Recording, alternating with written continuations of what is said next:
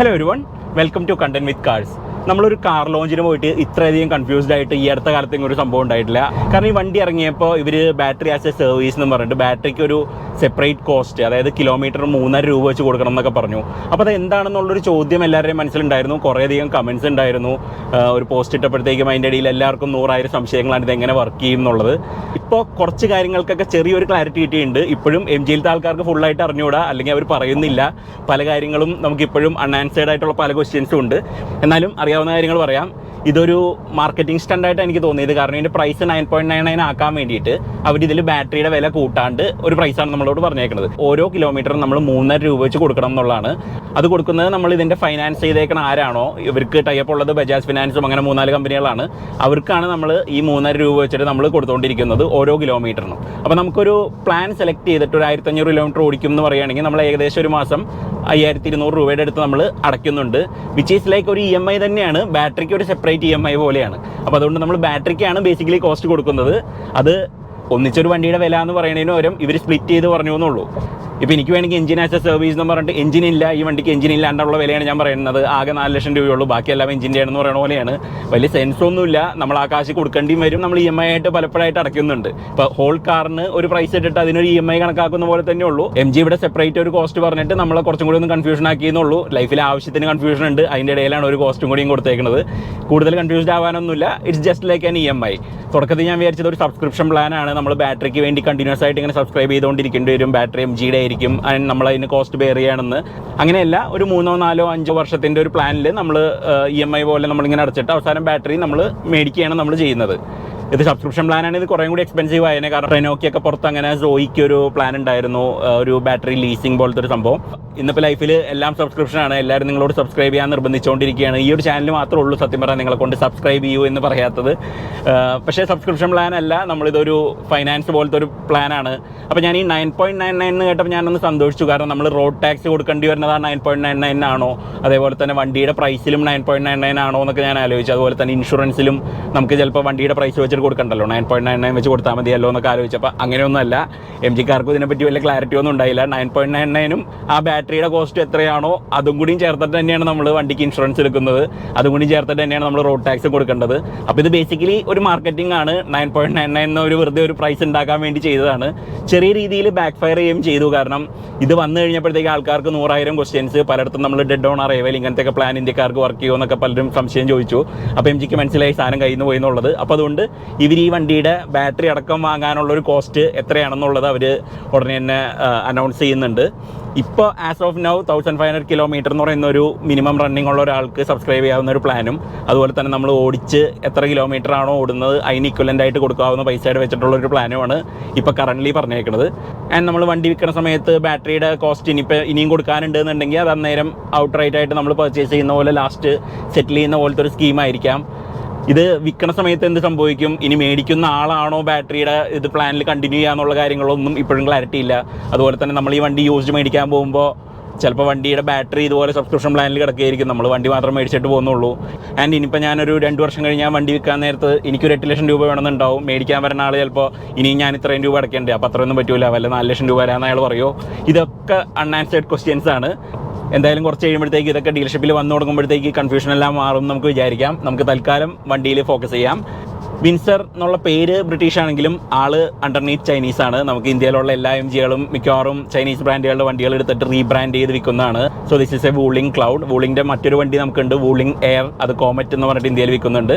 ഇതിനവർ British പേരായിക്കോട്ടെ എന്ന് പറഞ്ഞ് Windsor എന്നുള്ളത് ഇട്ടു. അതിനോളം ബ്രിട്ടീഷ് പേര് വേറെ ഇല്ല. ഇനി മേ ബി അടുത്ത വണ്ടി ബക്കിംഗ്ഹാം പാലസ് ആയിരിക്കും. This is Windsor castle for now.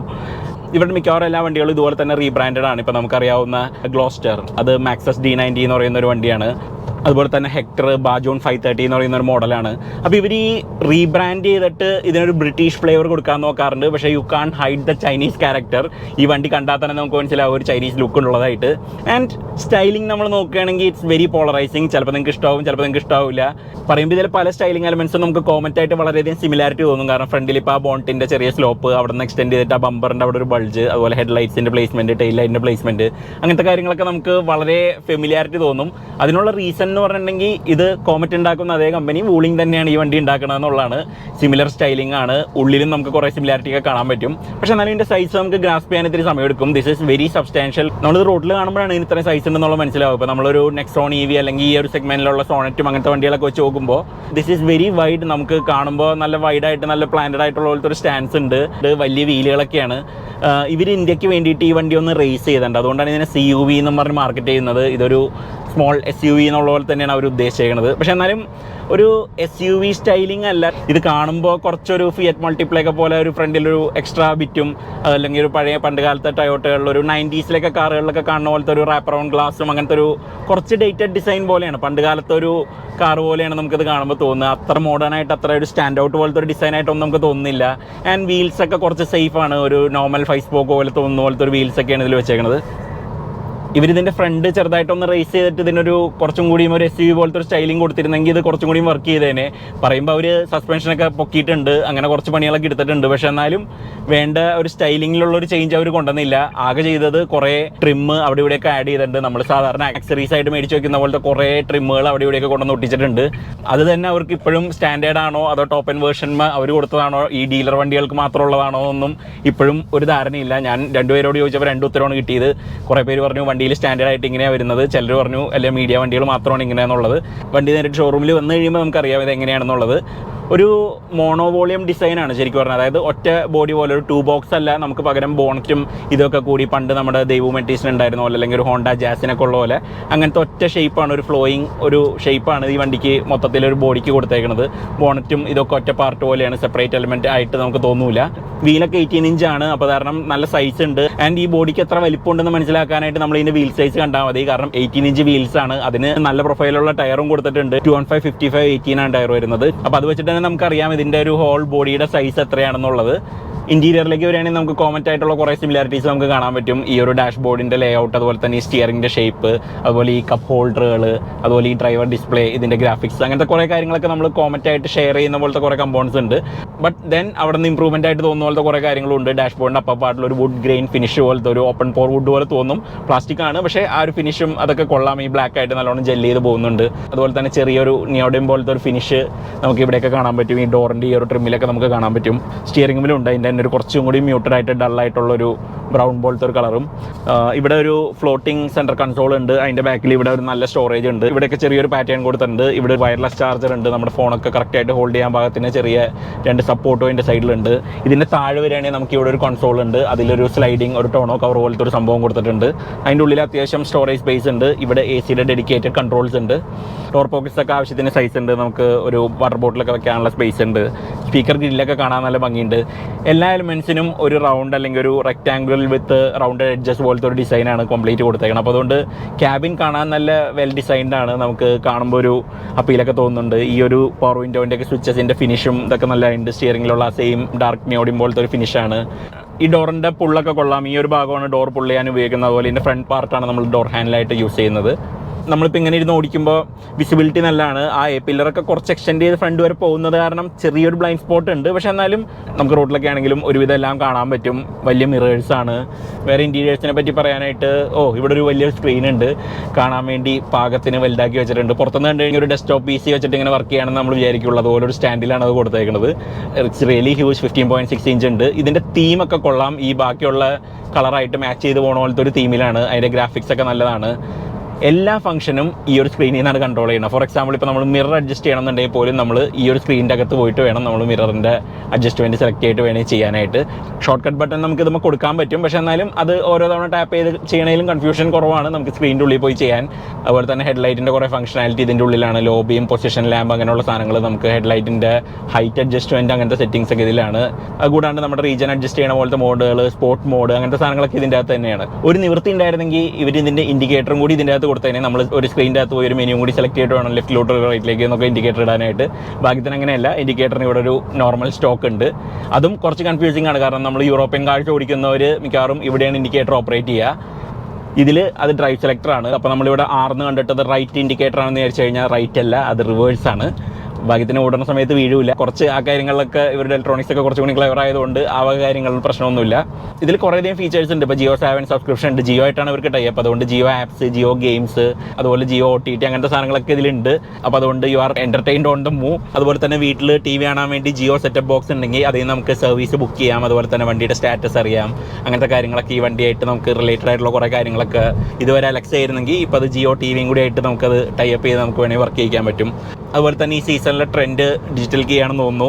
പണ്ട് BMW ഉണ്ടായിരുന്ന ഒരു ഫീച്ചറാണ്. ഇപ്പോൾ നമുക്ക് വണ്ടി വേറൊരു ഫ്രണ്ടിന് യൂസ് ചെയ്യാൻ കൊടുക്കണം എന്നുണ്ടെങ്കിൽ താക്കോൽ നമ്മുടെ അടുത്താണെങ്കിലും നമുക്ക് ഈ വണ്ടിയുടെ അൺലോക്ക് ചെയ്യാനുള്ളത് പുള്ളിയുടെ ഫോണായിട്ട് ഷെയർ ചെയ്യാം. ആൻഡ് പുള്ളിക്ക് അൺലോക്ക് ചെയ്ത് ഡ്രൈവ് ചെയ്യാനൊക്കെ പറ്റും. ഇൻ കേസ് നമ്മൾ വേറെ വല്ലയിടത്തൊക്കെ പോയി നമുക്ക് വണ്ടി ഒന്ന് സ്റ്റാർട്ട് ചെയ്തൊന്ന് നീക്കിയിടണം, അല്ലെങ്കിൽ വേറെ എവിടേക്കെങ്കിലും എടുത്തുകൊണ്ട് പോകണമെന്നുണ്ടെങ്കിലൊക്കെ അങ്ങനത്തെ ഒരു ഫംഗ്ഷനാലിറ്റി ഇതിൽ ബിൽറ്റ് ഇൻ ആയിട്ടുണ്ട്.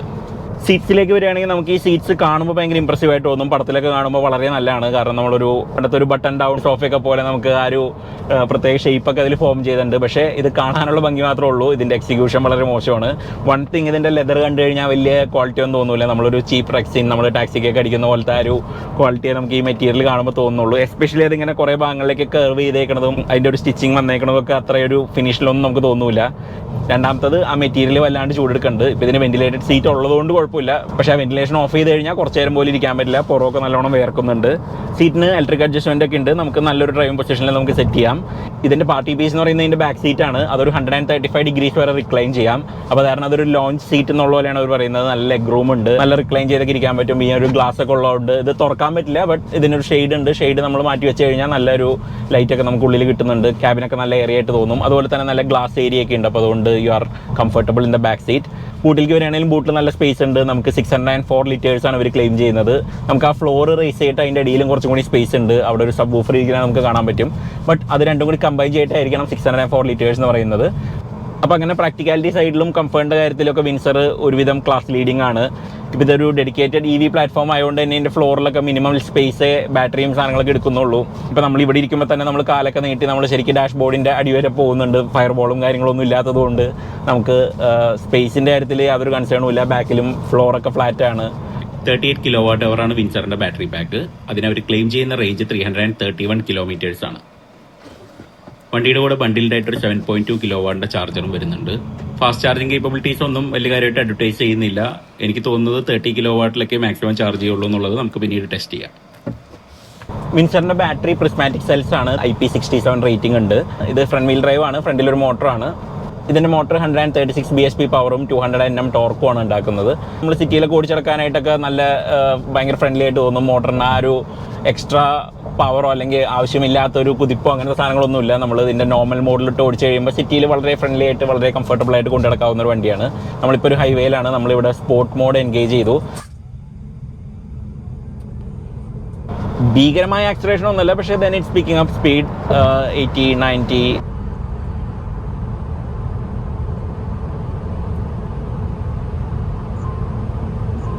It's adequately fast. നമുക്ക് ത്രോട്ടിലൊക്കെ മാപ്പിംഗ് ഒക്കെ വളരെ നല്ലതാണ്. നമുക്ക് 3 റീജൻ മോഡ്സ് ഉണ്ട്. നമുക്ക് 0 റീജൻ ആയിട്ട് വേണമെങ്കിൽ പോകാം. നമുക്ക് മാക്സിമം റീജൻ ഉള്ളൊരു മോഡിൽ പോകാം. And it drives really well. നമുക്ക് വളരെ ഇൻസുലേറ്റഡ് ആണ്. മോട്ടറിൻ്റെ വൈനോ അങ്ങനത്തെ കാര്യങ്ങളൊന്നുമില്ല. MG അവരുടെ ചൈനീസ് കമ്പനികളൊക്കെ they do their electric cars really well. ഇപ്പോൾ ഈവൻ കോമറ്റ് ആണെങ്കിൽ പോലും അതിൻ്റെ ഇലക്ട്രോണിക് സൈഡൊക്കെ വളരെ സോർട്ടഡ് ആണ്. ഈ ഒരു വണ്ടിയിൽ നമുക്കത് കാണാൻ പറ്റും. ഇതിൻ്റെ പവർ ട്രെയിൻ റിലേറ്റഡ് ആയിട്ടുള്ള വേറെ കുഴപ്പങ്ങളൊന്നും നമുക്ക് കാണാൻ പറ്റില്ല. It's very well thought out. ഇതിൻ്റെ റൈഡ് ആൻഡ് ഹാൻഡ്ലിങ്ങും അത്യാവശ്യം കമൻറ്റബിൾ ആണ്. കാരണം നല്ല കംഫർട്ട് ഉണ്ട്. സസ്പെൻഷൻ ആക്ച്വലി കംഫർട്ടിന് വേണ്ടി ട്യൂൺ ചെയ്തേക്കണതാണ്. നമുക്ക് ഫീൽ ചെയ്യാൻ പറ്റും. ഒരു സോഫ്റ്റ്വെയർ സൈഡിലാണ് കാര്യങ്ങളെല്ലാം. പക്ഷെ എന്നാലും ഹാൻഡ്ലിങ്ങും ഗ്രിപ്പും ഒന്നും അത്ര അഫക്റ്റഡ് അല്ല. Maybe because of the battery pack വളരെ ലോ ആയിട്ട് മൗണ്ട് ചെയ്തേക്കണോണ്ടായിരിക്കാം. അപ്പോൾ അതിൻ്റേതായ ഒരു അഡ്വാൻറ്റേജ് അതിന് കിട്ടുന്നുണ്ട്. ആൻഡ് ഇപ്പോൾ നമ്മൾ ഹൈവേയിലൊക്കെ ലെയിൻ ചേഞ്ച് മെനുവറൊക്കെ ഒരുവിധം പ്ലാന്റഡ് ആണ്. It feels grippy. ഫ്രണ്ട് എൻഡിലും വലിയ കുഴപ്പമില്ല. ഇപ്പോൾ ഈ ഒരു പോയിന്റിൽ നമുക്കൊരു കോർണർ വരുന്നുണ്ട്. നമുക്കിവിടെ ഒരുവിധം ഫാസ്റ്റായിട്ട് എടുത്തു കഴിഞ്ഞാൽ ഓക്കെ ടയേഴ്സ് ചെറുതായിട്ട് പ്രൊട്ടസ്റ്റ് ചെയ്യുന്നുണ്ട്. പക്ഷേ എന്നാലും it still has good grip. കൊള്ളാം. I am impressed. ഈവൻ ബ്രേക്സും നല്ലതാണ്. ഞാൻ കുറച്ച് 1-2 പാനിക് മൊമെൻറ്റ്സിലൊക്കെ സ്റ്റോപ്പ് ചെയ്തപ്പോഴൊക്കെ നല്ല രീതിയിൽ സ്റ്റോപ്പ് ആവുന്നുണ്ട്. അതുപോലെ തന്നെ റീജനും നമുക്ക് സഫീഷ്യൻ്റ് ആയിട്ടുള്ള ബ്രേക്കിംഗ് ഫോഴ്സ് തരുന്നുണ്ട്. അപ്പോൾ അതുകൊണ്ട് നമുക്ക് മിക്കവാറും സമയത്തൊന്നും നമുക്ക് ബ്രേക്സും അധികം റിലേ ചെയ്യേണ്ടി വരാറില്ല. So from a driving perspective വളരെ ഈസി ആയിട്ട് നമുക്ക് കൊണ്ടുനടക്കാവുന്ന ഒരു വണ്ടി പോലെയാണ്. And it's easy to live with. ഇപ്പോൾ നമുക്ക് ഈ നല്ല വിസിബിലിറ്റിയും അത് കൂടാണ്ട് നമുക്ക് 360 ഡിഗ്രി ക്യാമറയും അങ്ങനത്തെ എല്ലാ ഫീച്ചേഴ്സൊക്കെ ഉള്ളതുകൊണ്ട് it's a car you enjoy driving or you rather not worry about driving. And for a family electric car I think this is one of the best picks in that segment. നിങ്ങൾക്ക് ഇതിൻ്റെ looks ഇഷ്ടമായോ എന്നുള്ളതും അതുപോലെ തന്നെ നിങ്ങൾ ഈ വണ്ടി consider ചെയ്യുമോ എന്നുള്ളതും അതുപോലെ തന്നെ ഈ ബാറ്ററി ആസ് എ സർവീസ് എന്നുള്ള ഒരു പ്ലാനിനെ പറ്റിയിട്ടൊക്കെ ഉള്ള നിങ്ങളുടെ അഭിപ്രായങ്ങൾ എന്താണെന്നുള്ളതൊന്ന് കമൻസിലൊന്ന് അറിയിക്കുക. നമുക്ക് മറ്റൊരു വീഡിയോ ആയിട്ട് വേറൊരു ദിവസം കാണാം. Thanks for watching.